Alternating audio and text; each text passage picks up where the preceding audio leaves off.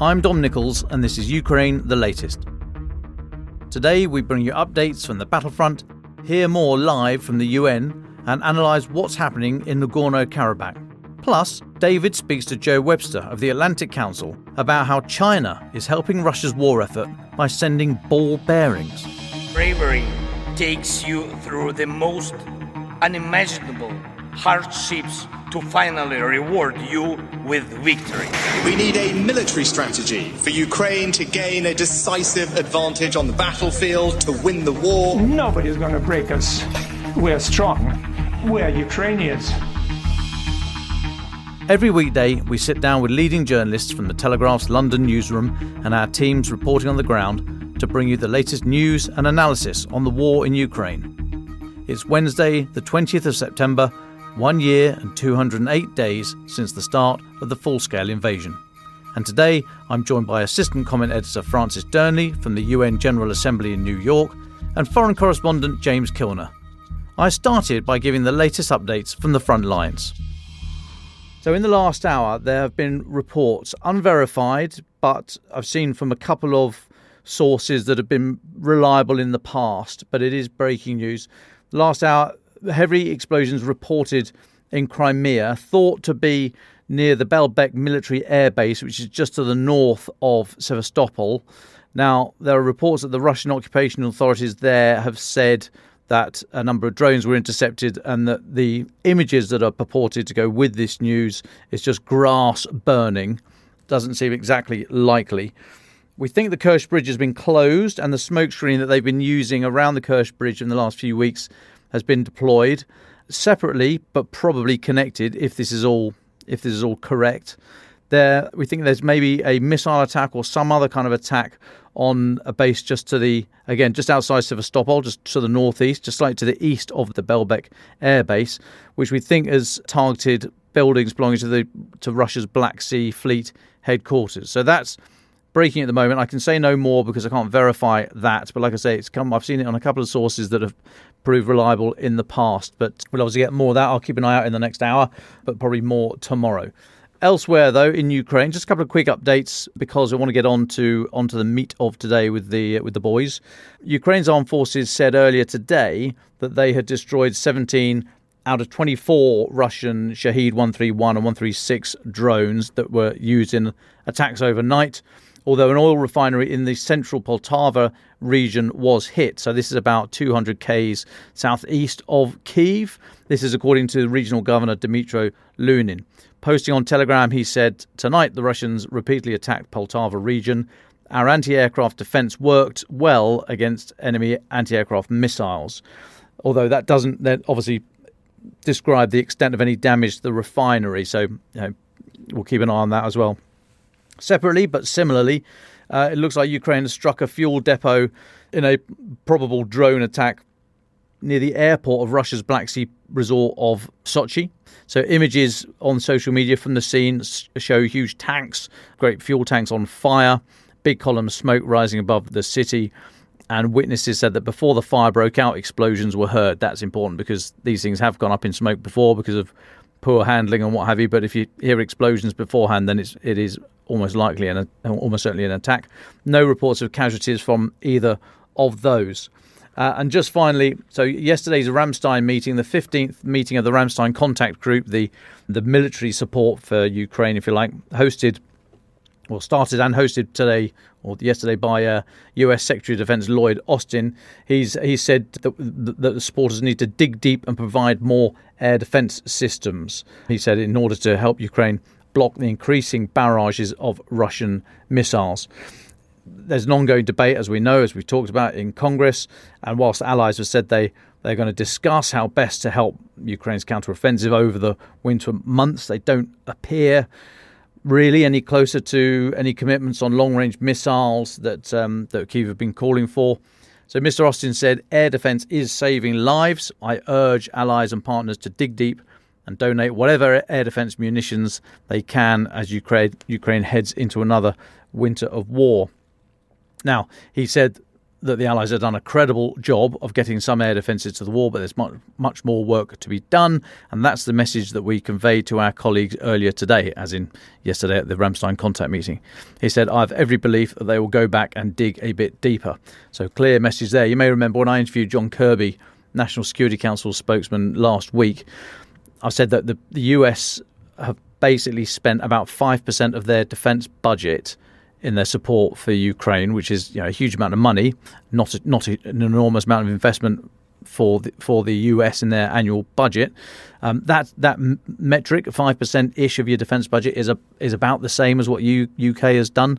I think Estonia per capita by GDP is currently sort of leading the pack with slightly more than that. But I asked Mr. Kirby if that 5% of your defence expenditure to spend on military aid for Ukraine, is that the sort of level you'd look for allies to meet? And of course he didn't put a figure on it. He wouldn't sort of agree with that, but he was all the body language and the communication was that that's not a ridiculous figure, and that some should be doing a bit more. So here we go, this constant, this sort of diplomatic pressure, gentle nudging amongst friends, if you like, to dig a bit deeper, seems to be carrying on. But anyway, that's all for me. I'd like to go and speak to folks who know a lot more about these things than I do. Francis, you're still in New York. You were at the UN General Assembly yesterday. We saw your live blogging, live tweeting, and we'd be fascinated to get a view from you, what it's like in the room, the atmospherics, how these things are built, what you saw, who you were chatting to. Sure. Well, thanks, Don. When I called into the podcast yesterday, I just found my spot in the press gallery in the main chamber of the General Assembly, awaiting the speeches to start. Each country's representative speaking that day had about 15 minutes to address the delegates in the room, of which there were, of course, hundreds spread out on designated tables for the 193 countries represented at the UN. I heard Biden, Zelensky, Erdogan of Turkey, Duda of Poland, a litany of very significant names, all speaking within about a 3-4 hour period. And as I alluded to yesterday, at the UN, the individual is really dwarfed by the scale of the modernist buildings that make up the vast complex. Even in the main hall, presidents and prime ministers are turned into miniatures. And it was a fellow journalist, shout out to Alex, who's a loyal listener to the podcast, who actually pointed out Olaf Scholz, who was swarmed by officials. Nobody is obviously who they are in this chamber, and that was one of the most striking features about it. Not even Antonio Guterres, the Secretary General, could command the room when he made the opening remarks. Delegates continued to mutter to each other throughout his speech. And as I say, it's only by actually being there that one realizes how the space has a life far beyond the speaker on the main stage. It's rather like how the actors at Shakespeare's Globe had to compete with the chattering and clattering of its audience. There were few good speakers to match a room that seemed built for orators. And I couldn't help but wonder, all the world's a stage, but where are the big players? President Biden didn't really ignite the room. It was only the president of Brazil in the first couple of hours who managed to trigger some emotion from the chamber, receiving loud applause for his attack on the legitimacy of the UN Security Council following the actions of some of its permanent members. And indeed, that was one of the key themes that emerged listening to the speeches. President Erdogan did the same, arguing that the world is much bigger than five, alluding again to the permanent members of the Security Council. So one wonders, Don, whether your interview with White House spokesman Kirby, who of course suggested that the US is actively looking into the idea of expanding the membership of the Security Council, was noted by those countries, or perhaps that was indicative, what he said to you, of conversations already taking place. But clearly those countries, and there were others too, were keen to drum home those critiques of the makeup of the Security Council. And one couldn't leave the chamber without wondering whether reform is indeed on the cards.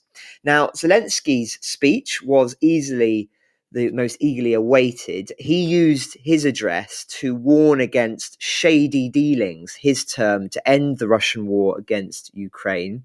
This was his, of course, first in-person appearance at the UN since the full-scale invasion.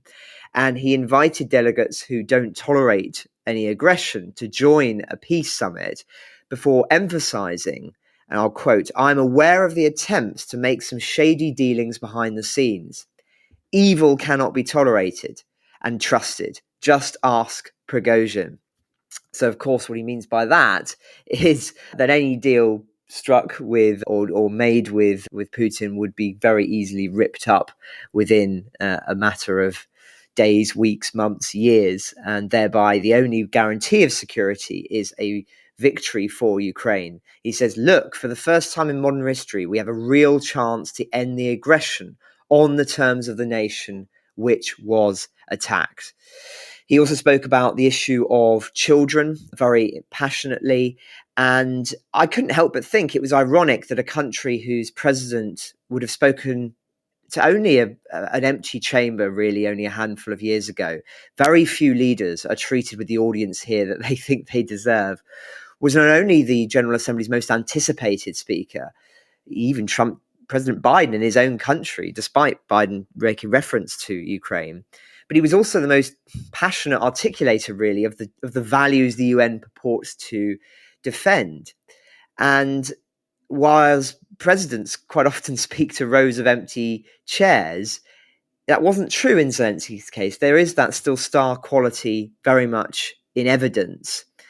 And I imagine it will be the same for his address today to the UN Security Council, which is set to be a feisty one, as he will be face to face with Russian officials for the first time since his country was invaded. I imagine it will be quite dramatic. Lavrov arrived in New York yesterday with official media saying that he flew a circuitous route to avoid European airspace.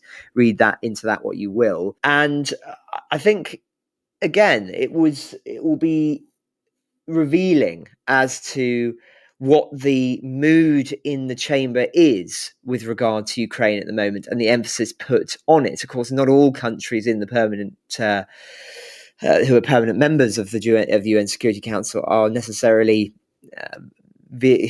extremely supportive of Ukraine's plight. There was one other thing I did get a sense of yesterday, which is in Zelensky's speech, as passionate as it was, I think he was acutely aware that Ukraine is only one of 193 countries in the chamber, and that as important as he feels the issue is, there is also a necessity to appeal to other issues that are relevant to those countries. Ukraine cannot rely on being the only issue talked about at such affairs. And indeed, the events in Azerbaijan that perhaps we'll come to spoke to that, and there was a lot of concern around that issue. And so I think this is something that Ukraine is increasingly going to have to grapple with in the months ahead, which is that there are other issues rearing their head. The world is starting to adjust in part to what is taking place in Ukraine. It's no longer as shocking as it once was, and it has become part of the everyday fabric and reality of these diplomatic summits. And that is a challenge because you are competing for time, and you're competing with time with important people at these kind of events. Now, just one final thing about actually being here. One can see the body language between diplomats far more clearly than on television. And there's an informality about the whole affair, rather curiously, as if the stakes are somehow lower here than the politicians find in their own countries. Something that's no doubt true for the majority of speakers, though that certainly won't be true for Zelensky. Leaders, delegates let their hair down. In the cafe downstairs, I saw the Prime Minister of one small European country feasting on a Mars bar, and I shared a lift with one of the world's most important defense officials, apparently without bodyguards. There's even a gift shop. You feel you could talk to anyone, which I suppose is the point, but it's a democracy of sorts, but only for the anointed. And I found it a very curious space to be in. And it will be very interesting, as I say, to register similar feelings, atmospheres in the UN Security Council later today. Thanks, Francis. Lovely detail about the Mars bar, my confectionery of choice.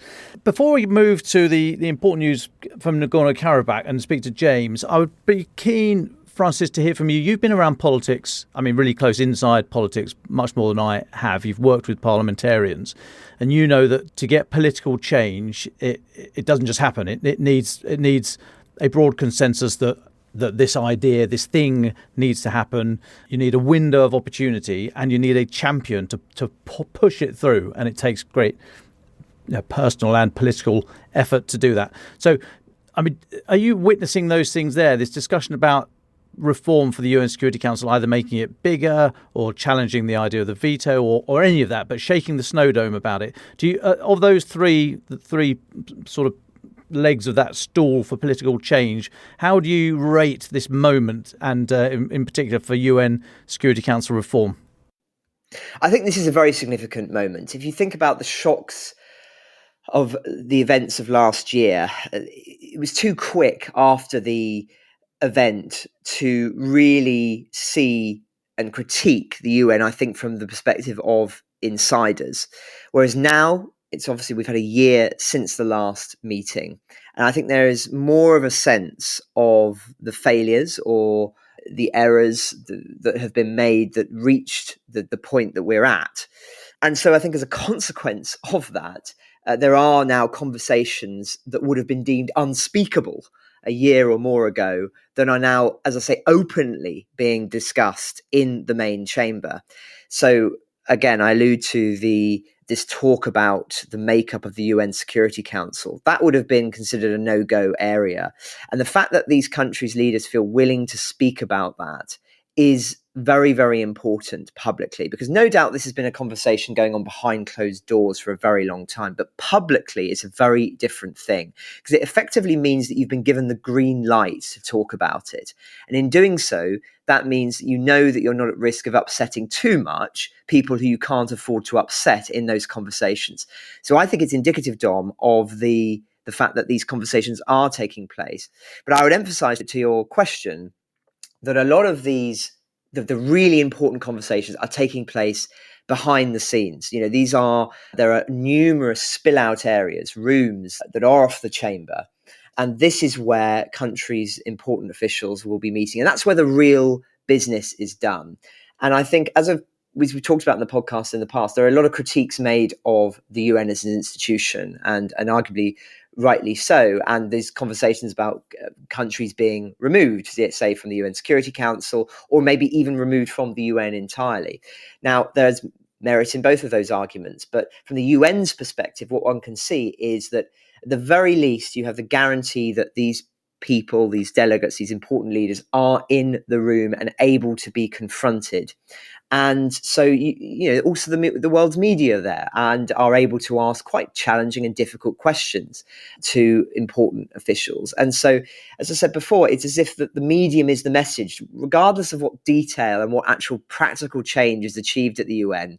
There is a sense that at the very least, they are having to conform to certain protocols of behavior, which can be very significant for eliciting, I suppose, democratic processes around conversation and building consensus. But that's not to say, of course, that it has been successful. And thereby, that is why I think we are starting to see some very important conversations around reform. But the exact form that those would take is unclear. But as I say, I would stress the fact that this is now being discussed publicly is the game changer. And I think we can expect there to be some very interesting conversations taking place in the coming months.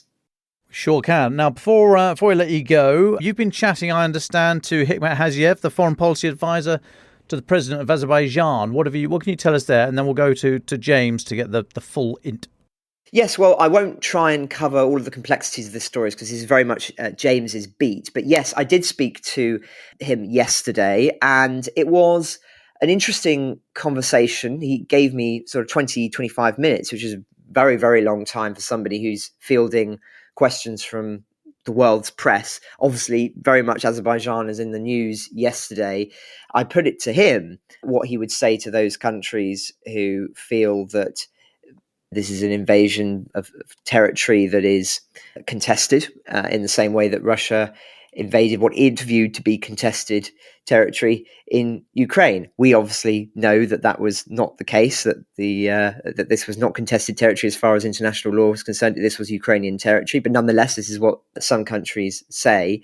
And he was very keen to emphasize that this was territory that has been internationally recognized as Azerbaijan, and that even the head of Armenia has said that if certain guarantees are given, that this would be territory they would see recognized as Azerbaijan. So he was keen to emphasize that. He was also keen to stress that when I put it to him about references to ethnic cleansing taking place, that this is not their objective in any shape or form. He said that this was simply designed to stop the firing of missiles and other hostile weapons into Azerbaijani territory, that this was more of a defensive measure.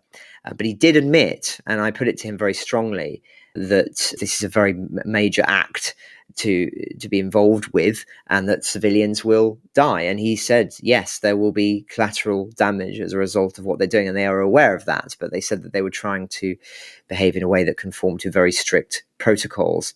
So it was interesting to see. I mean, in a way, I felt that the significance of it wasn't exactly what he said, but it was the fact that he wanted to speak to me and other journalists. I think they're very acutely aware that they don't want to be charged with behaving in a way that breaks the rules of international law. And so they're very much trying to emphasize that they are not doing that and essentially justify their behavior. There's a lot at stake for Azerbaijan at the moment, and I know that James will be able to speak to that. And so whilst the detail was interesting and hoping to put up an article about it later, what was really significant was the fact that we were having the conversation at all. And one could say that that really summarizes the utility of the UN itself. It's about the fact that you're having the conversation, whereas you may disagree on the details. Fascinating. Talk about disagreeing on the details. I had a brief chat with James before we came on air about the title of today. So I named it Live at the UN as Sevastopol's hit again.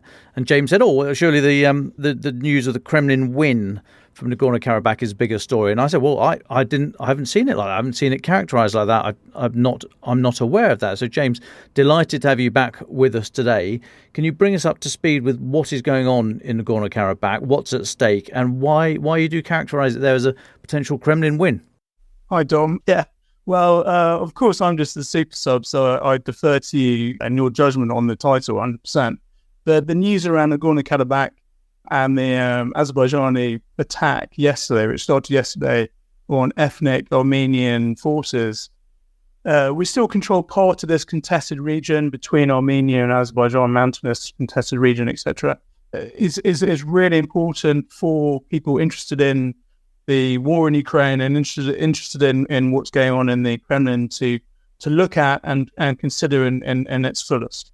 In brief, the news is that after months of pressure, after months of build-up, of military build-up, political pressure, etc., Azerbaijan launched what seemed to be a very well-planned attack on a much smaller, much less well-prepared ethnic Armenian defense force in the small part of Nagorno-Karabakh that it still doesn't control. As listeners will probably remember, in 2020, there was a war between Azerbaijan and Armenian forces over Nagorno-Karabakh, and Azerbaijan pretty much kicked out Armenia out of most of the territory. The Kremlin did jump in that conflict after 5 weeks and impose a peace deal, which still gave Armenia some control over the main town, Stepanakert, and some surrounding villages, about 120,000 ethnic Armenians there. So the important thing is here, Azerbaijan launched this attack in a very dominant position and basically crushed, it seems, what was left of the Armenian defense forces. Now, as Francis rightly pointed out, Nagorno-Karabakh, which is roughly the size of somewhere like Somerset, is internationally recognized as part of Azerbaijan. This is part of the Soviet style of planning, divide and rule, etc., where they carved up bits of territory and gave parcels to neighbouring countries, etc., to keep the tension going. So, although it's internationally recognised as Azerbaijani, Nagorno-Karabakh was massively, predominantly populated by ethnic Armenians and has been for generations after generations, etc. There were various wars after the breakup of the Soviet Union in 1991, which ethnic Armenians basically won and defeated an Azerbaijani army and solidified their control over this region called Nagorno-Karabakh. Now, rewind back to today. There's been the news from today is that after standing aside, the Russian peacekeepers who had been ordered into the region after the 2020 war did finally step in after 24 hours of this current conflict and impose or help negotiate a peace deal between Azerbaijani army and the ethnic Armenians in Nagorno-Karabakh.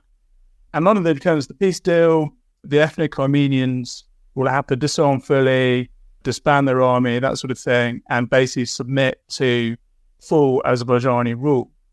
Now, the nature of the combat in Nagorno-Karabakh since 1991 has been terrible, ethnic cleansing from both sides, war crimes, purges, etc. And it's very likely that many of the 120,000 ethnic Armenians will actually end up leaving the area and move back to the Armenian mainland, and thereby, to some extent, completing a lifelong ambition held by Azerbaijani President Ilham Aliyev, who wants to see all the ethnic Armenians kicked out, etc.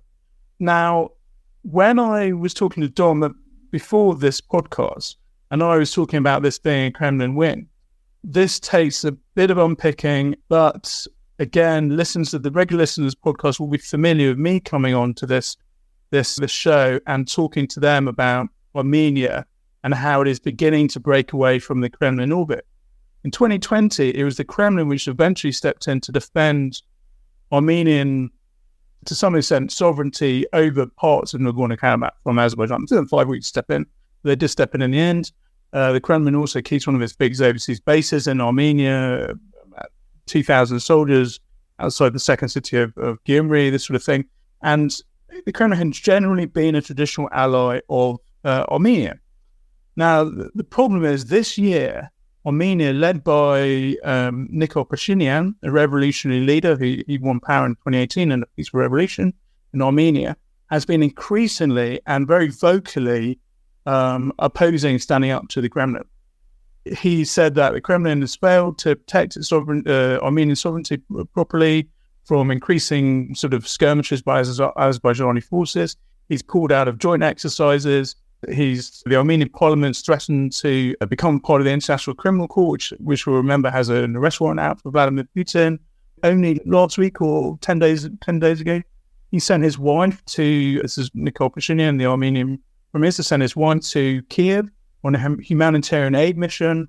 And he then gave an interview a few days later to Italian newspaper, saying that the Kremlin is out to punish Armenia because it hadn't backed the Kremlin's war in Ukraine strongly enough, and that he was determined to realign Armenian diplomacy more closely with the West.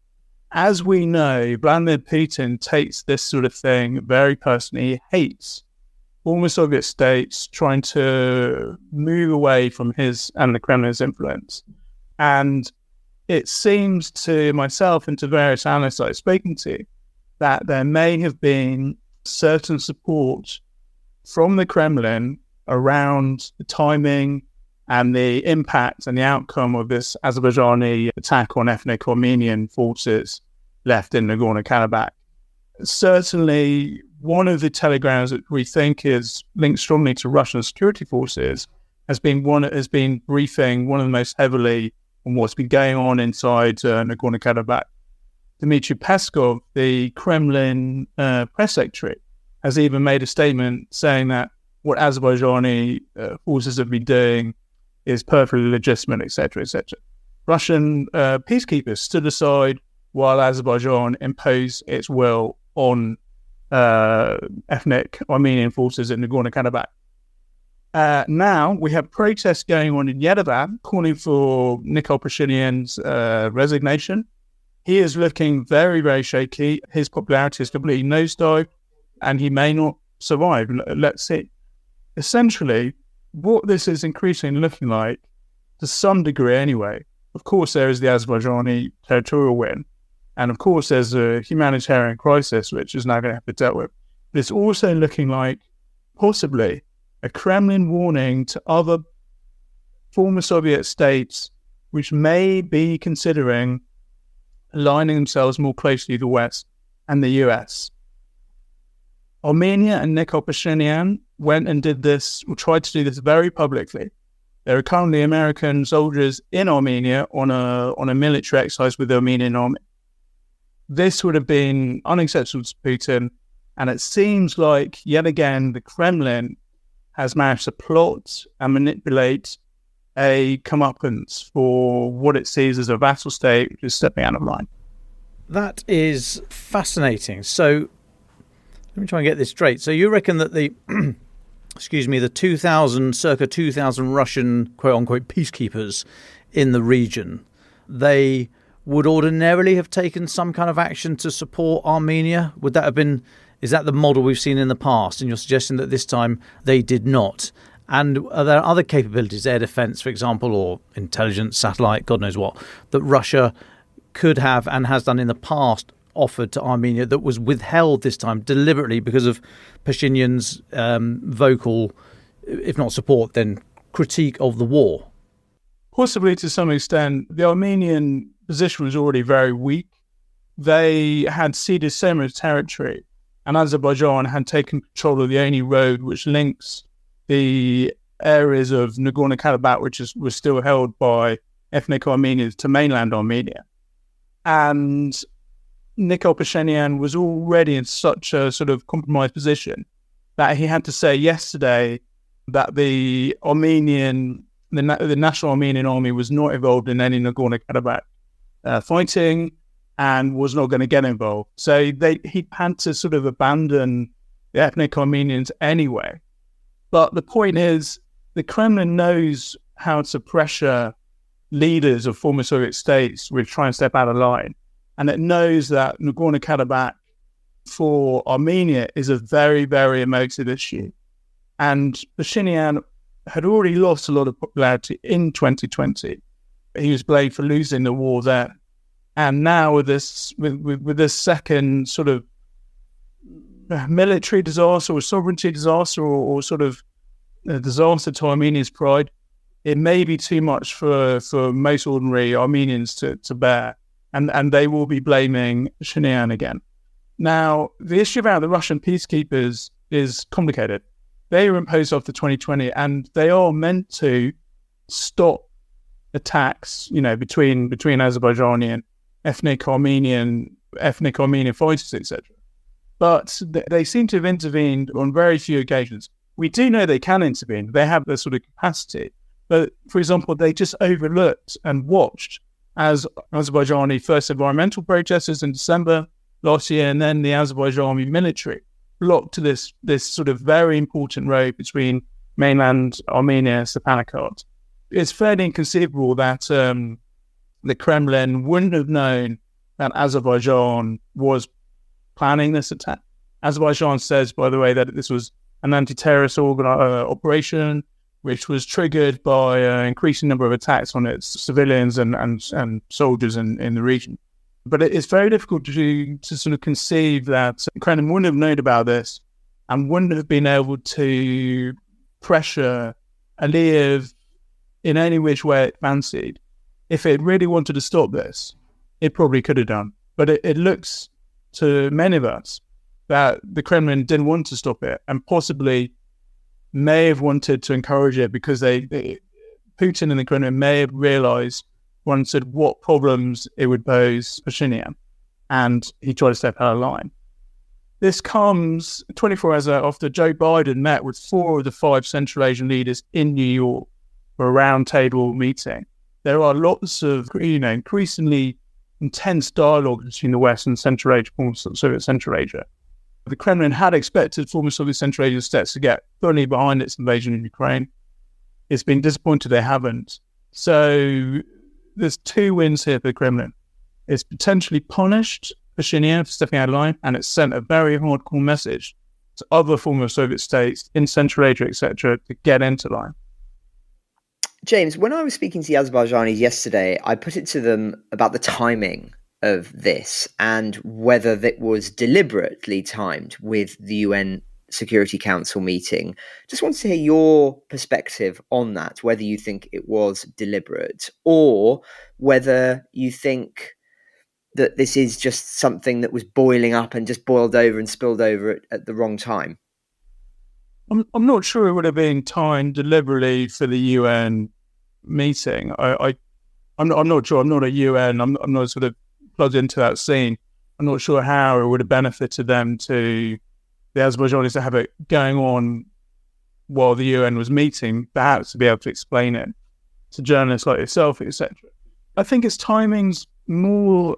I think if there is a timing, well, we know that Azerbaijan favours its military manoeuvres, operations, etc.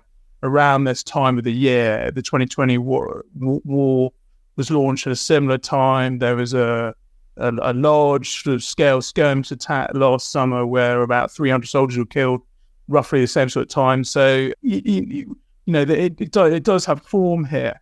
And like I said, it comes as Central Asian leaders were meeting Joe Biden.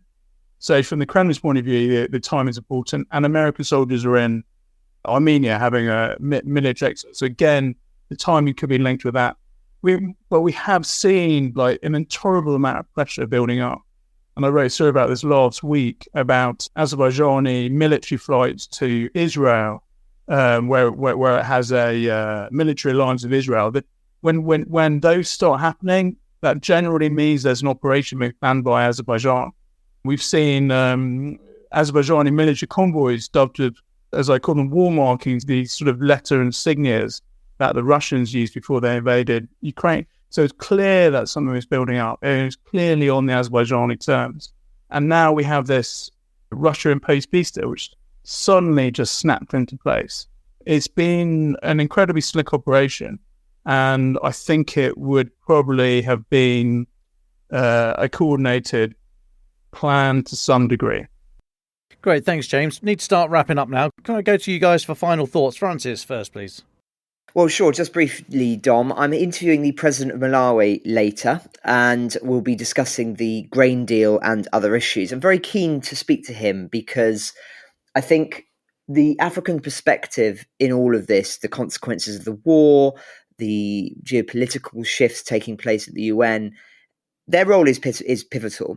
And actually, that's one of the things that strikes you most about coming to the UN is just how large the African delegate presence is. They're talking to everybody. They're key to all of this as one of the key emerging, I suppose, blocks of power within the UN. And so it will be very interesting, that conversation later. I'm also going to be interviewing some UN officials as well as a few journalists. So a busy day here. Just wanted to thank those who put me in touch with Zelensky's team. It doesn't look like I'm going to be able to fit in any time with him this time because his diary is just sort of basically completely back to back with very, very important meetings with officials. He's not doing that many conversations with journalists, but I've been having some very interesting conversations offline with his people. So it's been very worthwhile, the contacts that I was put in touch with. So I just wanted to thank people for that. And of course, we will get Zelensky at some point. And then just lastly, because I've got so many messages from listeners, I know I have not yet said who my favorite president is, and I will certainly do so either at the end of this week on the podcast if I have time, or at the beginning of next week once I'm back. But I'm going to be visiting a few sites related to them in New York. So perhaps that gives you a bit of a clue. But I have not forgotten, and I will give you a full expose with my reasons why in due course. Last week in Washington, David Knowles visited the Atlantic Council, a foreign policy think tank, where he sat down to speak to Joe Webster, Senior Fellow specialising in China and Russia. It's a fascinating chat about the two countries' relationship and the implications on Western democracy, but personally, I'm most interested in how ball bearings from China are helping Russia's war effort. Here's their conversation. Joe, thank you so much for welcoming us here at the Atlantic Council. Can you just start by telling our listeners who you are and what you work on?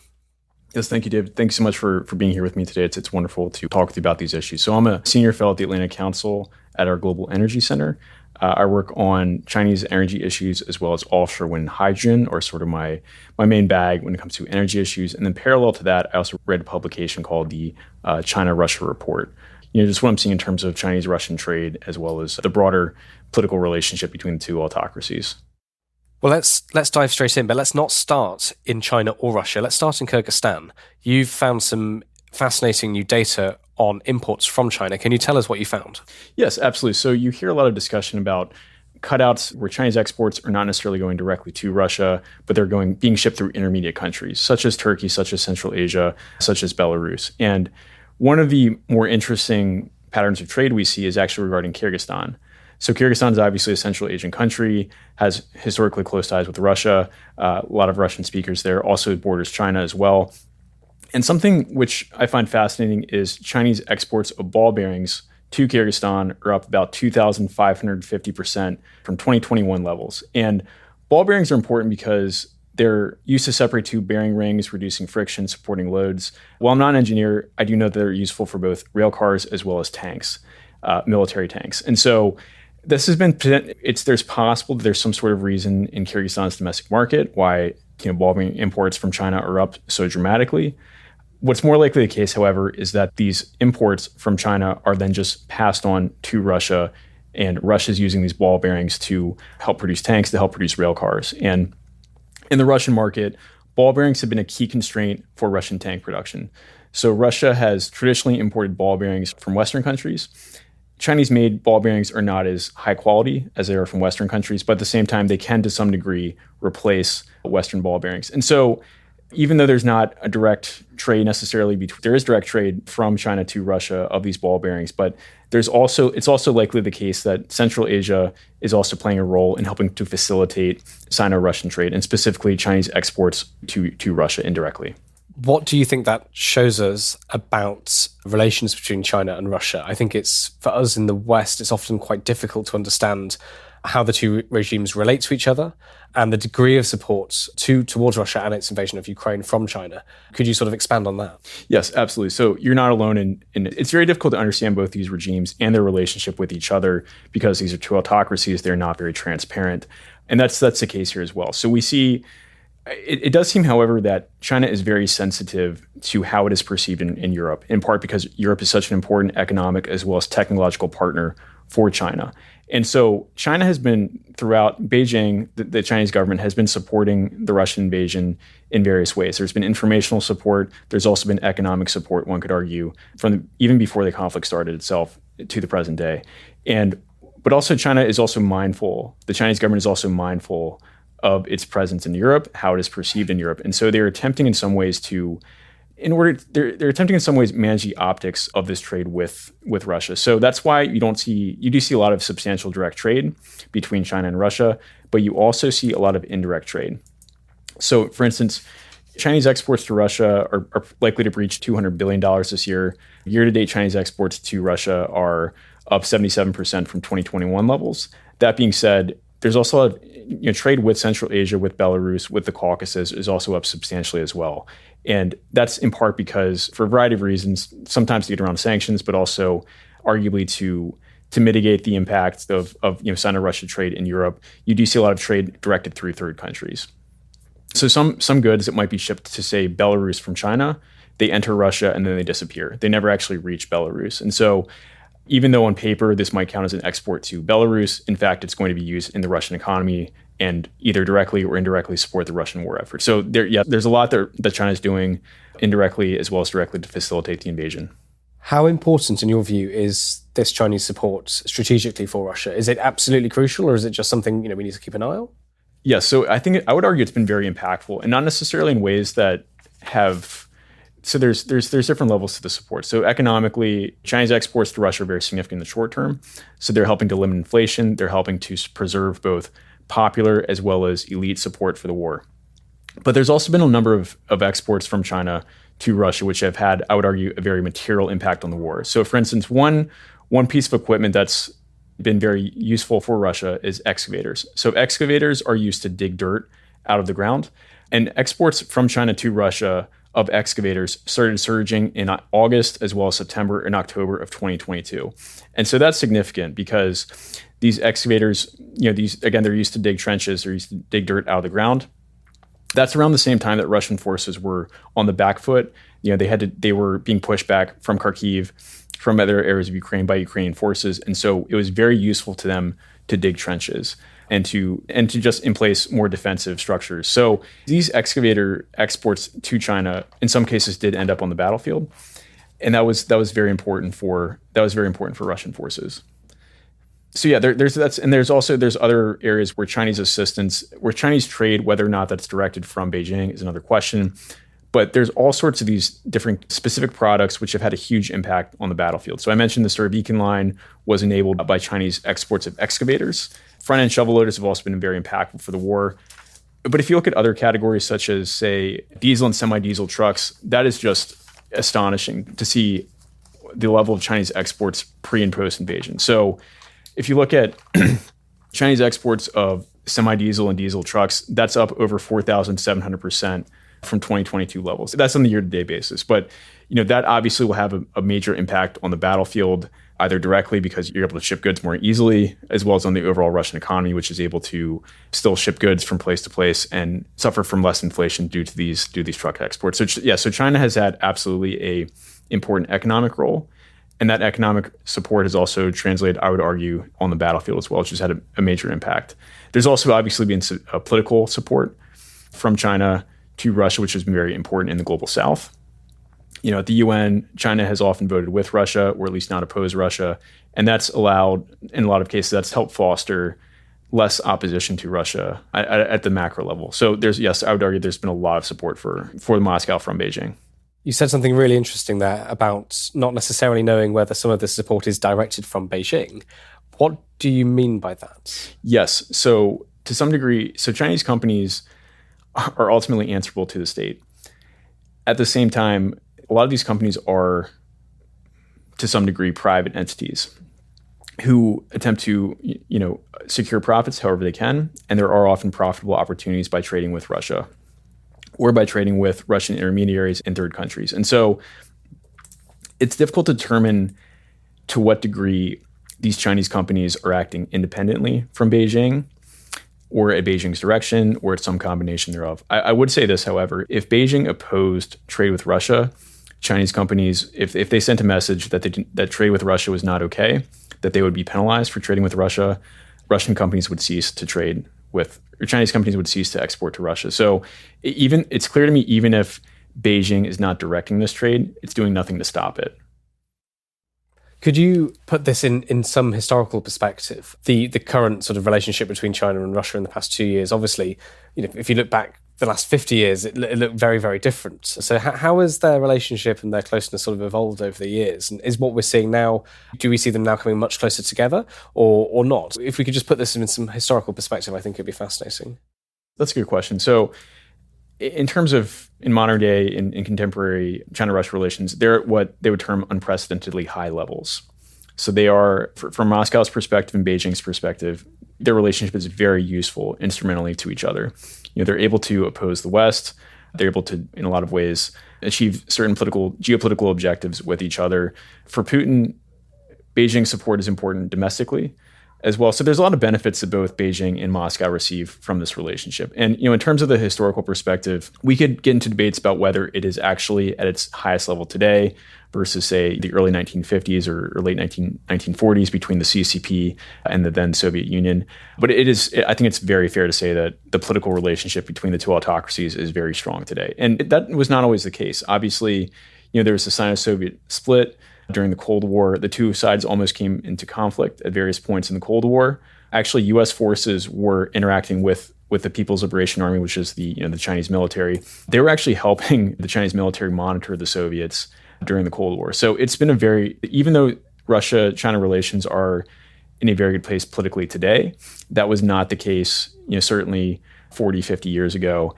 And it's difficult to say how the future will evolve in this relationship, but today it is very strong. And it is unlikely that, you hear folks talk about some sort of split between Moscow and Beijing. That is very unlikely to happen anytime in the near term. You talked about how they're useful to each other. Could you talk more about how Russia is useful to China at this point? Yes, that's a good question. So I would say, obviously, there's an imbalance in the relationship. You hear talk about how Russia is the junior partner to China. I think that's certainly true. At the same time, China does receive certain benefits from Russia. So one aspect is that Russia has often supplied military technology to China, either voluntarily or involuntarily in some cases, where China has secured military technology, including jet technology, jet engine technology from Russia. So I would say there's certain strategic benefits for Beijing in having Russia in its corner, because that also distracts Washington to a degree, that distracts Western attention. And also I just think, when you talk about China and Russia, as I mentioned before, they almost came to blows during the Cold War, in certain periods of the Cold War. Having a strong political relationship with Russia allows China not to focus on its northern border and to look more at other issues it regards as more important for national security, such as Taiwan, such as the South China Sea. And so having a strong political relationship with Russia allows China to focus on other areas more closely, as well as to, in some cases, divide the West. So from China's perspective, their relationship with Russia and this war in Ukraine might ultimately lead to fractures in the West. We currently see very strong political support across North America, across Europe for Ukraine. However, the economic costs of this war are accumulating, and you do see more political backlash in obviously in North America as well as Europe to the war. And ultimately, that political backlash could lead to fissures in NATO. It could actually lead to the dissolution of NATO. And so there are certain potentially benefits to China for this conflict. And so I do think that Russia gets the government of Russia receives far more benefits from this arrangement with China than Beijing does, but the benefits to China are not inconsiderable. That's really fascinating. Thank you. Could you talk a little bit about what you make of the personal relationship between Xi Jinping and Vladimir Putin? Are they particularly close? Are they close just because their countries are close? What do you make of how they act together? As you said, it's difficult to determine from an outsider's perspective how close they are. Obviously, their interactions are very stage managed. We only see certain things that they allow us to see. And at this, they mentioned that they're best in bosom friends. We can debate whether that's true or not. But I do think that there are a lot of parallels between the two figures. And I do think to some degree, they have a lot of shared experiences. They're both leaders of authoritarian countries. They both have similar outlooks on the West. And so I would regard a lot of their interpersonal relationship as genuine rather than performative. I do think that they have genuine shared interests. They do in a lot of ways relate to one another very well. I don't know if they would consider each other friends. I'm not sure if either of these individuals actually have friends or consider folks having friends.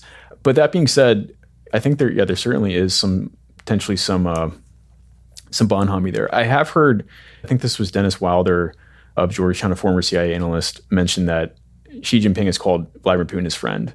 And I'm not going to put words in Professor Wilder's mouth, but I believe that's the only time Xi Jinping has referred to someone as his friend. So we can debate about whether or not that is a genuine friendship, but there are a lot of features that bring the two figures together.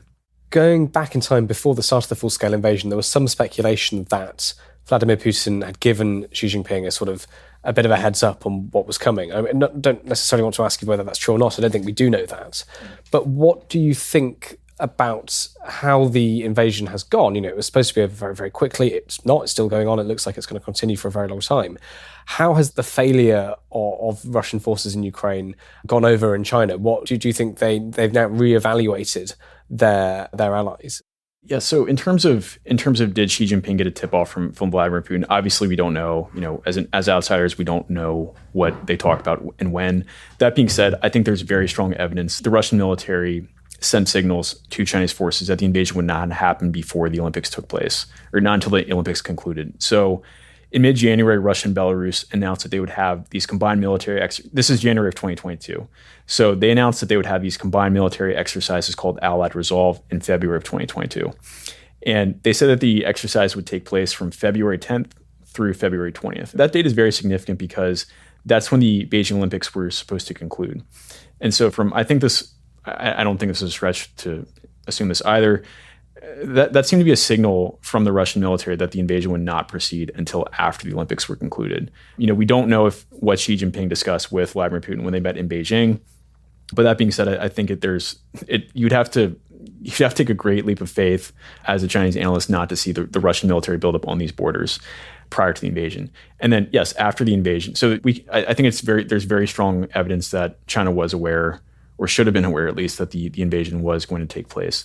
That being said, after the invasion, yes, there's been Chinese, I think most military analysts have been very surprised at just how poorly the Russian military performed. Second of all, how strongly the Ukrainians reacted to the invasion. I think folks across the board have been very impressed by just the resilience of the Ukrainian people as well as the Ukrainian military forces.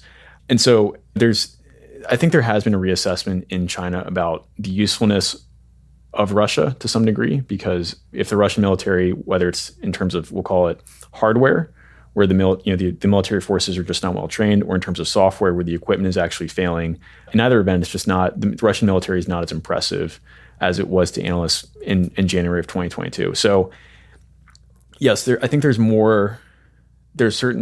war is causing pause for Chinese analysts to some degree, because they see that invasions are not so easy as they first appear on paper. That obviously has implications for Taiwan potentially. And it's also just hard to know how good your technology is before you actually begin the fight. There's a lot, war is uncertain. You'll hear Michael Kaufman talks about how war is contingent. There's a lot of things that can go wrong with an invasion. So I think obviously China, Western analysts are looking at this invasion very closely. Chinese analysts are as well. And from the Chinese side, there's a lot of this really, I think, drives home the point. There's a lot of uncertainties, involved in any sort of conflict. In your view, is the strategic relationship between China and Russia high up enough on Western analysts and policymakers' minds? It is certainly on policymakers' minds. I think it's difficult. So, we obviously do. We can see to some degree what the relationship is like. Policymakers do follow it very closely. I think there's also, generally speaking, an awareness that the West has a very limited ability to influence this relationship in one way or the other. The drivers of the relationship are mostly due to Chinese and Russian domestic politics and the internal character of these regimes in both countries. I think there's a recognition that for most policymakers in the West that there's really not much there are going to be limited steps we can take to degrade the relationship. I think destroying the relationship, having some split between the two sides is a near impossibility. But I would argue that there are things we can do to degrade cooperation between China and between Russia. They're not a monolith. They do have a lot of common interests. Both Beijing and Moscow are deeply opposed to the rules-based world order. They are very much opposed to a U.S. leadership in the world. They obviously are no friends of constitutional democracy. That being said, they do not share identical interests. And so I think there are ways for the West to not destroy cooperation, but I think there are ways for the West to degrade the relationship between the two autocracies. You said just then that there are some places where they do not share the same interests. Could you just go into that a bit more? Why not? Yes. So the war has been very costly for everyone. Obviously, most of all has been Ukraine in terms of the economy. The war is obviously on more than just an economic level as well. The war has been very costly for Ukraine, also for Russia as well. And obviously, Europe has been very impacted by high energy prices. In the U.S., we've also experienced inflation as a result of this. But this has also been very destructive for China as well. China is the world's largest energy and commodity importer. And so as this war happened, the war was launched by the Kremlin, and that has obviously impacted oil prices, it's impacted world natural gas prices, it's impacted food prices around the world. And again, China is the largest importer of all of those items. And so even though China's been receiving they've been receiving benefits to some degree, in terms of having lower import bill for oil imports from Russia, they're still paying a huge price in terms of the secular rise in prices. The macro rise in prices has been very detrimental to the Chinese economy. And more broadly, China's also paid a heavy price in terms of technology, because Western countries are the world leaders in technological development, including in semiconductors. And I think without this war, without China's semi-overt support for Russia, I think Western countries such as the Netherlands, such as Japan, would be much less willing to go along with U.S. restrictions on exports to China, were it not for Chinese support for Russia. So, yeah, I think there's been very significant economic costs, for the Chinese side, and that's one area where they do not share similar interests. More that's in the short term. You hear some folks talk about Central Asia as potentially a friction point between China and Russia. I would argue that that's actually not likely to be the case going forward. I think that there's more commonality there. They share more common interests in Central Asia. I've argued before that Central Asia is more bridging China and Russia than dividing them. So I would put that to the side. But I think long term, the energy transition is a huge potential fissure between the two sides. So Russia is a huge natural gas as well as, more importantly, oil exporter. China is already a huge exporter of clean energy, and so those different interests are likely to collide. Maybe not in the next 3 years, maybe not in the next 5 years, but over the longer term, I think that'll be hugely impactful for the relationship. We started this conversation talking about Kyrgyzstan, and you just mentioned there actually relations in Central Asia. Just to finish, can we talk about that a little bit more? I mean, we've talked on the podcast before about the influence of Russia maybe declining slightly in some of the post-Soviet countries and the influence of Beijing expanding, especially with the Belt and Road Initiative. What do you see as the current state of play? I mean, I'm very interested in your idea that you just expressed there of this bridging, because that seems like an idea we haven't really heard before. I do think that Central Asian countries are in a very difficult spot. It's a very difficult neighborhood that they live in. That being said, there's, especially after the U.S. withdrawal from Afghanistan, there is less Western interest in the region. There's even less Western influence than there was before.